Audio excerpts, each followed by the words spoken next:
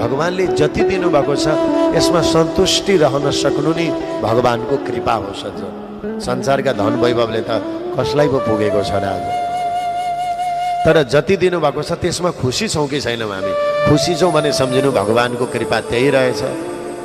मलाई पुगेन म चाहिँ दुखी भए, अरू सुखी छन् भने सम्झिनु हामी सुदामा होइन, भगवानको नामले बाँधेको रहेछ। संसारकै धन दैलो दौलतले अर्काकै देखा सिखीमा हामी रहेछौँ। जति छौँ त्यसमा खुसी जो हुन्छ त्यही पनि त्यो व्यक्ति पनि सुदामा हो, जसको जीवनलाई सु भनेको भगवानको नामले दामा बाँधेको छ।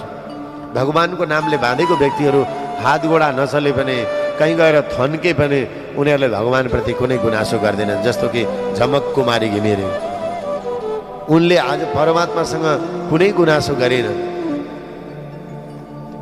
धन्यवाद दिइन् जसले मलाई शरीर देवप्रति मेरो कुनै गुनासो छैन। हामीलाई किन दुई चारवटा कठिनाइ आउँदैमा